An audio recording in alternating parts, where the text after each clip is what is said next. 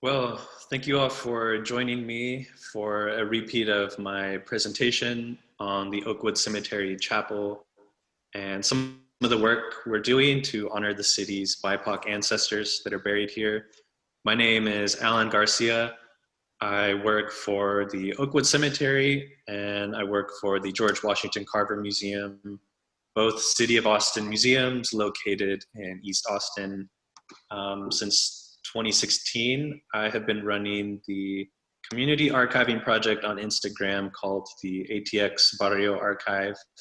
And it is a community archive of Austin's Black and brown neighborhoods, celebrating the history and culture of majority East Austin, but some of the historic working class neighborhoods in our city's past. Since 2016, I've been incorporating a lot of family history, photographs and items that people share on social media to just tell these stories that oftentimes are very underdocumented in the history of our city, and which is a bit relevant to our talk today about the Oakwood Chapel and some community historians from East Austin that were instrumental in laying the foundation for the work that I think the chapel is continuing in the present day. So this talk was given first in October for the Necropolis Politics Symposium, which was hosted by the UT School of Architecture and the Austin-based organizations Proyecto Teatro and Reclaiming Memories. And the symposium was an online gathering of fellow cemetery scholars and community historians, where we discussed ways of remembering, preserving, and reclaiming BIPOC sacred spaces. So what I meant to do with the presentation was to introduce to newcomers just the day-to-day activities of the chapel, right? The way we lead tours of the grounds, the way we highlight the stories of the more than 23,000 individuals that are buried at Oakwood, and some of the hands-on work that we do with family members who visit the chapel looking for their loved ones who are buried here, and just talking about the ways we search through our databases to help family members reconnect with their loved ones who are buried at Oakwood. And at the same time, I wanted to acknowledge some maybe lesser known community leaders from East Austin who were here before us, who were here before the existence of the chapel as the visitor center that it is today, and who really led the efforts to honor the unmarked graves of Austin's BIPOC ancestors who are buried at Oakwood.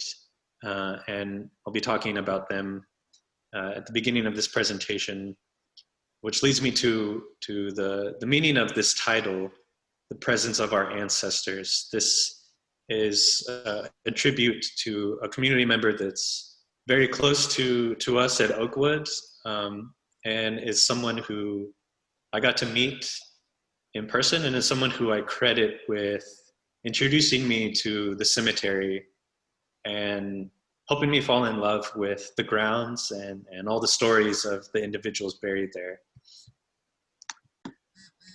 And I'm talking about the late Danny Camacho.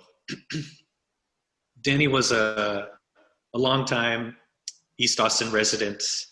He was a community archivist, community historian, and he was also a dedicated member of Save Austin Cemeteries, the nonprofit organization. And the title is taken from a quote from a short story Danny published in 2004 titled The Abuelos. And Danny wrote, "Whenever I'm downtown on Congress, I can't help but feel the presence of my ancestors. It is as if they had just turned the corner ahead of me. I then wonder if 100 years from now, some future relation will be walking there and think the same."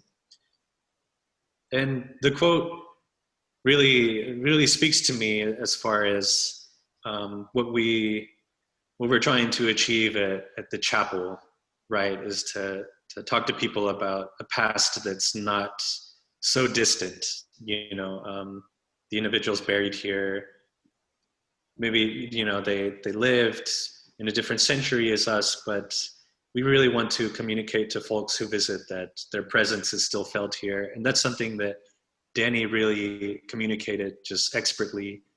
As you can see in this photograph, as he's leading a tour of Oakwood for Save Austin Cemeteries. And in 2016, a couple of months before Danny passed away, I had the great fortune of attending one of his tours that was hosted by Save Austin Cemeteries at Oakwood.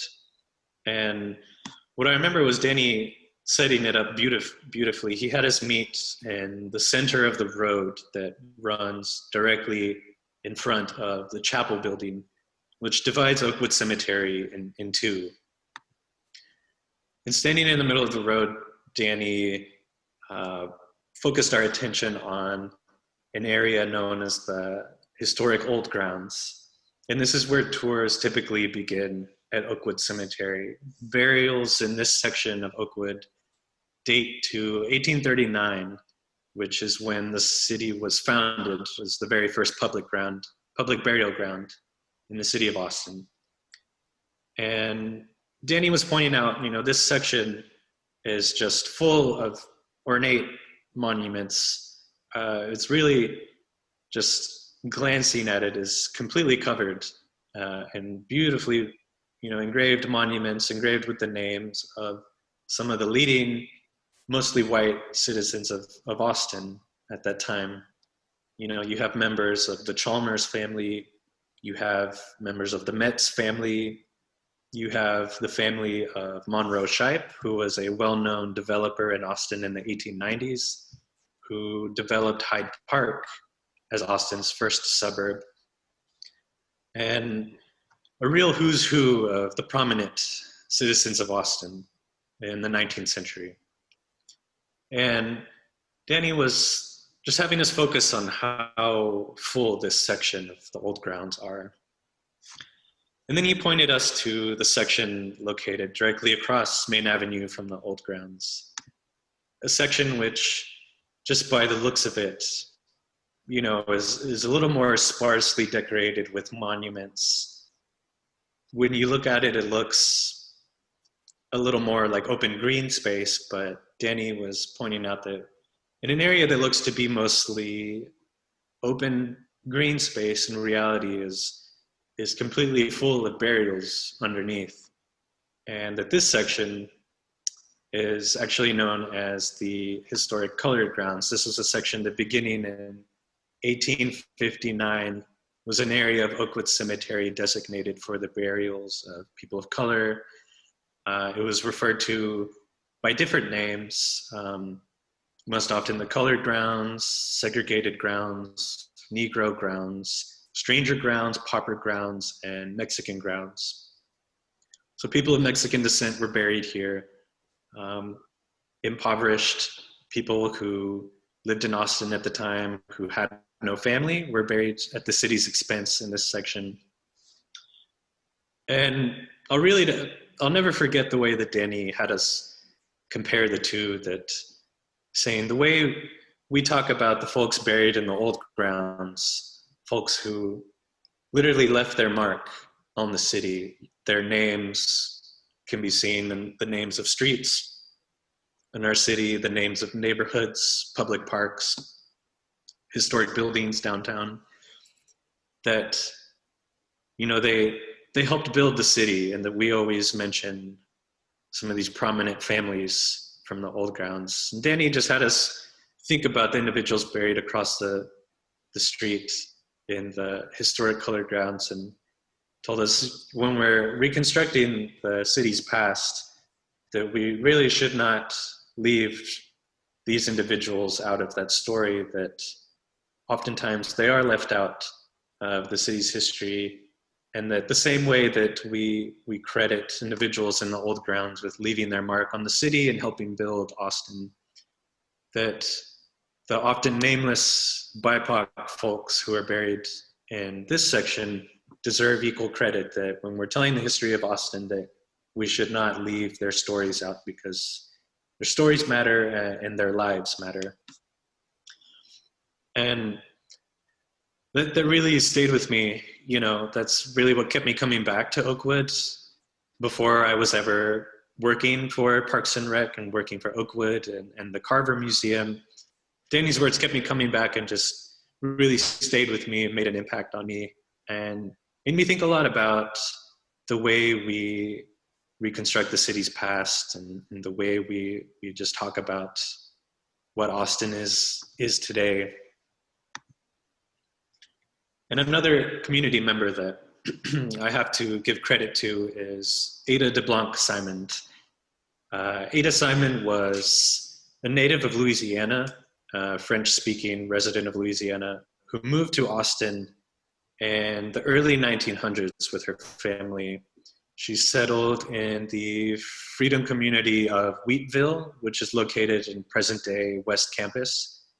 And Ada Simon was, among many things, a children's author, a historian.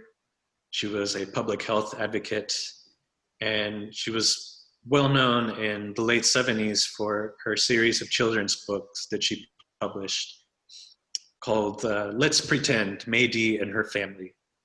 And she based these books on a fictional family, African-American family in East Austin at the turn of the century, but incorporated a lot of real life individuals, places, and events. Folks from Austin's Black community that Ada Simon knew personally, that her family interacted with at church gatherings, at Juneteenth celebrations, people that her family did business with on 6th Street when 6th Street was known as really a mecca for Black businesses in downtown Austin. And I want to read the preface to one of her books that really illustrates her personal connection with Austin's Black community in the early 20th century. Ada Simon wrote, "As a teenager, I, the author, lived in a neighborhood where many elderly people also lived, women and men who were always happy to talk about the good old days to any young person who was interested and inquiring. And this young person was both interested in and inquiring about the ways things used to be." And thanks to Ada Simon and through her writing, you know, we're able to put faces to the names of Austin's Black community at the turn of the century. Folks like Robert H. Majors, who's buried in Section 4 of Oakwood Cemetery, the historic segregated section, who is a featured character in one of her stories. And Ada Simon really helps us build up the biographies of some of these individuals who are buried in Section 4, folks who we really wouldn't know a lot about their lives just going off of the available documentation and some of the city's archives, newspaper records. Because of her personal connection, we're able to know what a person like Robert H. Majors and his work as a mailing clerk and his prominence in the community and his standing. I should mention too that Ada Simon was really a leader in helping us understand the importance of some historic individuals and sites in Austin. Years before some of these places received recognition from the Texas Historical Commission or from the city of Austin, you know, through historical markers, Ada Simon wrote a series of columns for the Austin American Statesman, focused on Black heritage. It was really geared towards younger audiences in Austin School District. So really, because of her, she was arguing for the importance of individuals like Jacob Fontaine, who is buried at Oakwood Cemetery, as someone who should be always included in the history of Austin. Her writings on Austin's historic Black cemeteries too are important because this was before they were even designated as a historic cemetery site by the THC. And back then, Ada Simon was giving us the historical contents on what a burial site meant for the Black community in Austin at the turn of the century, and bringing in issues of segregation, racism, and just how important it was for the community to purchase land together and to maintain these sacred spaces for the community, which continues in the present day. One of the relationships that is the most fascinating to me is Ada Simon's personal connection with the leading educator, Elsie Anderson, who's the namesake for Anderson High School in Austin.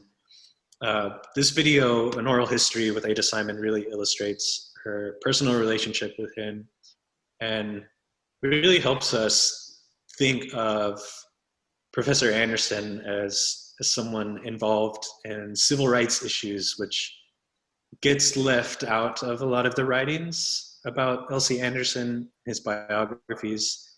But thanks to her, we're able to contextualize his support of, planting the seed of Austin's early civil rights movement. Completely separate. So we came over to East Side in 1915. We lived on 11th Street, right where you see that Ebenezer Baptist Church. We were not campaigned. Like, for example, you had people coming all down in this neighborhood, coming to my house, calling me all hours of the day and night, and wanting me to support with that. We didn't have that to contend with, you see, because nobody cared about us. We couldn't vote anyway. At first, I had a spirit of outcast, of worthlessness. And I remember discussing it with Professor Elsie Anderson. And he said to me, the day will come. Just don't let that hold you back. The day will come.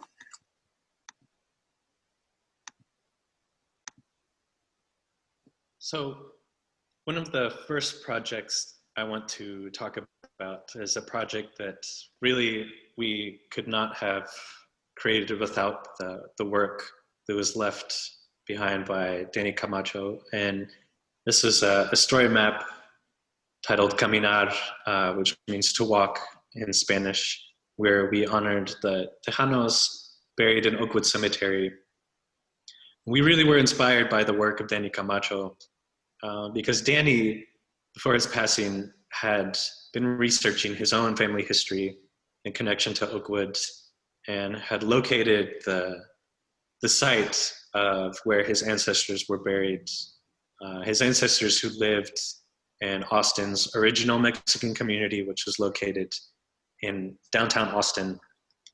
So beginning in the summer of 2019, we were able to map Oakwood Cemetery, map all of the known locations for Mexican-American burials and Tejano burials, which when you zoom out, it really shows that Mexican-Americans are spread out all over Oakwood Cemetery. However, out of the over 900 names of Mexican-American and Tejano burials that we located, the grave markers that we were able to photograph and document, we really only ever able to locate 50 existing markers out of those more than 900 names. So these points represent known locations of burials, not necessarily marker locations. And if you'll notice, there's a large concentration along the fence line for some of these burials, which going through the cemetery records and is something that Danny Camacho had shown in his research was the location of Mexican burials in an area along the fence line considered pauper grounds or Mexican grounds. So today, if you do a tour of Oakwood Cemetery and you walk along the fence line, you will come across many, many headstones engraved with the names of Mexican Americans, including a few members of Danny Camacho's family. It was also important to us to acknowledge past racism that's really prevalent in a lot of the record keeping in Austin cemeteries back then, with written records going back to the 1850s.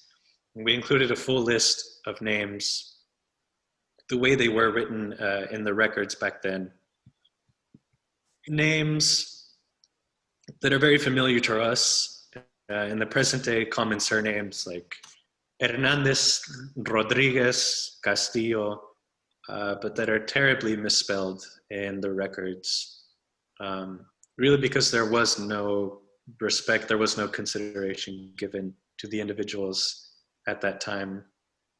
And going off of some of Danny's work, we found some highlighted examples in photocopies Danny made of the written records for Oakwood Cemetery, these going back to 1860, where he would note some of the nameless individuals who were only recorded as Mexicans, or Mexican man, Mexican woman, Mexican girl, Mexican boy. And it just reveals a lot of the causes of death, which are linked to a lot of violent circumstances, which we try to honor in the story map as the present day stewards of the cemetery, that we have to acknowledge the injustices that were committed back then as far as record keeping. Some of these recordings say the age not known of a Mexican burial who was stabbed with a knife, Mexican shot, age not known, or in 1861, a Mexican burial for a Mexican girl, name not known, who died of typhoid fever. And at the same time, with our project, in the absence of good documentation on the Mexican community at the time, we were able to pull some truly wonderful documents and records from some of the earliest published material from Austin's community, Mexican community. And one of those periodicals was La Vanguardia, which was only in publication from 1920 to 1921. It was considered Austin's first Spanish language newspaper. And we were able to locate some of the earliest references to Oakwood Cemetery in La Vanguardia. So in an obituary dated November 11th, 1920, we highlighted an obituary talking about the widow of Don Jesus Fernandez, Mrs. Aurora Fernandez, who was writing about this wonderful headstone that was just built for her late husband, Jesus Fernandez, someone, as the text says, that many of the Mexicanos in Austin's Mexican community remember, and that the headstone for the late Jesus Fernandez is located in Oakwood Cemetery. At the same time, we got a sense of the way the Mexican community mourned the dead back then. This is a poem from 1921 titled La Muerte, the Death, which was submitted to La Vanguardia in honor of a recently deceased member of the Mexican American community in 1921 by Rodolfo Quevedo. And we saw many instances of songs and poems that were being shared in La Vanguardia to honor the deceased. And fast forwarding a little bit, in the 1940s, we were looking at another publication from the Mexican American community, El Órgano, which highlighted a lot of the stories related to World War II and Mexican American veterans in Austin. And even though this photo depicts a funeral scene from the 1940s, the traditions are very much intact from Danny's recollection of his family's mourning traditions from the late 19th century and turn of the century. In Danny's short story from 2004, he writes about his family's memories of wakes taking place in the homes of his family. And Danny wrote, All the furniture, except for the chairs, was taken out of the front room. There, Pilar was laid out in a pine coffin. The casa was soon filled to overflowing with familia and compadres. An all-night vigil was held before the funeral the next day. My aunt and her younger brother went out to a vacant lot and picked a bouquet of wild red poppies to place on the casket. So it's really fascinating that the scene that Danny is illustrating here in his great-grandmother's lifetime is still present, you know, in the 1940s in East Austin, in Austin's Mexican-American community. Wakes happening at the home, people leaving working-class neighborhoods on the way to the cemetery to bury their loved ones. And the next project that I helped work with, that also incorporated a lot of the research that was left behind by Ada Assignment, was To Elevate. It's a project where we honored some of the prominent leaders of education in Austin's Black community and the history of some of the early funeral homes in Austin's Black community. So we were able to map some of the historic Black cemeteries that are really spread out throughout the city,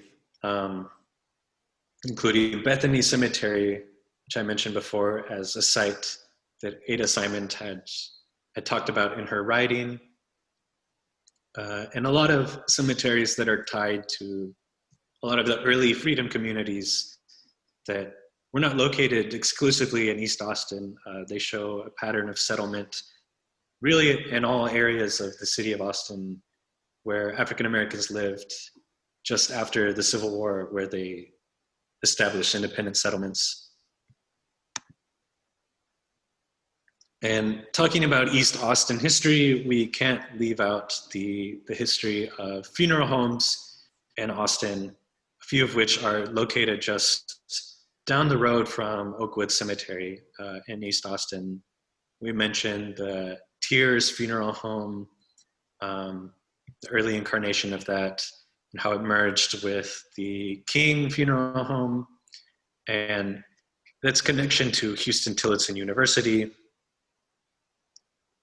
And one of the early presidents of Houston Tillotson, John Q. Taylor King, who first was a leader in his family business, the King Funeral Home, and went on to serve as president of Houston Tillotson, and later merged with the Tears family to establish King Tears Funeral Home.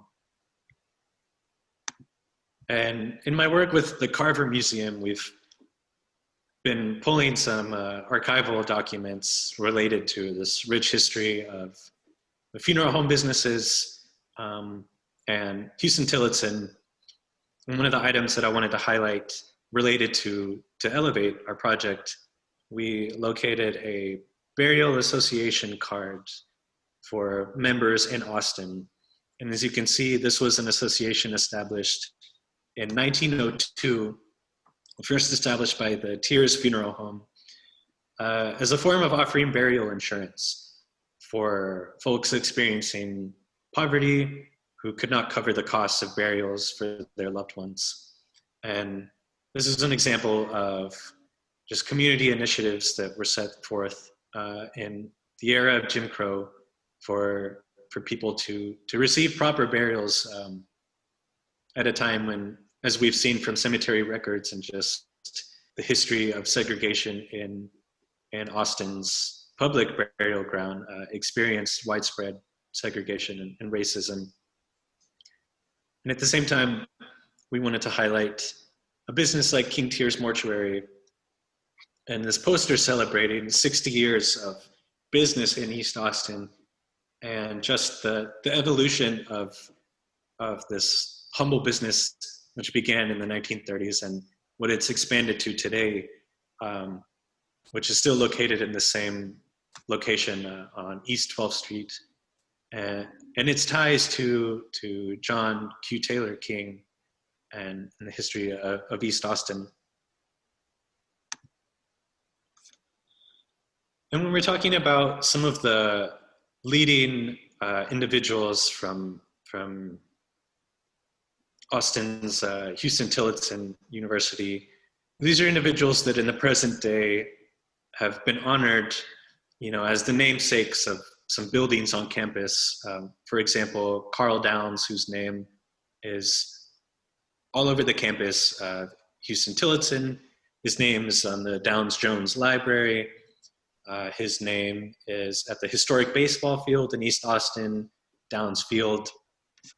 And folks who are well known today, who have received the recognition they deserved. But really, we wanted to point out that in their lifetime, even though they were, prominent leaders in the education field, they were still subject to the color line in a deeply segregated Austin in the 1940s. And the most disturbing example of that is with the untimely death of Carl Downs in 1948, who at the time was president of Samuel Houston College before they merged with Tillotson College. And Samuel Houston, Dr. Carl Downs was admitted to Breckenridge Hospital for a surgery operation.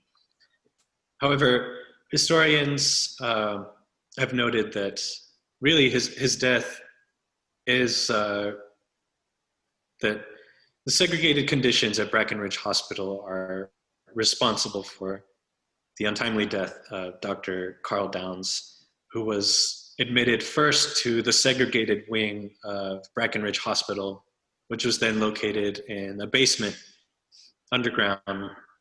And at the time, Black physicians could not treat their patients in the white hospital at Breckenridge.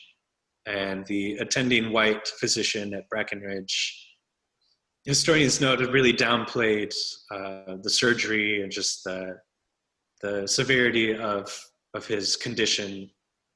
And Carl Downs was sent back to the basement instead of receiving emergency operations at the time, which led to complications, infections, and led to his death. And this is something that we wanted to point out in the project, that they're well-known leaders today, but back then they were not given the respect that they deserved. They were not given the treatment they deserved.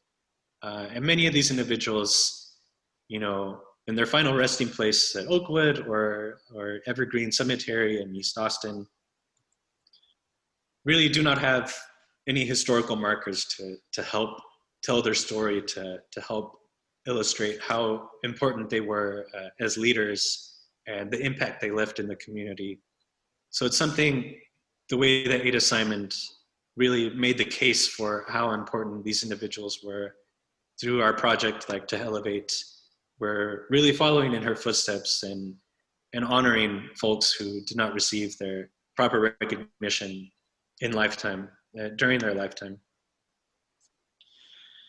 And moving forward with some of the work that we're continuing to do at Oakwood, we are moving on to tell some of the stories of one of the other historic Black cemeteries in Austin, Evergreen Cemetery, where a lot of the leading figures from Huston-Tillotson and the funeral home business in East Austin are buried.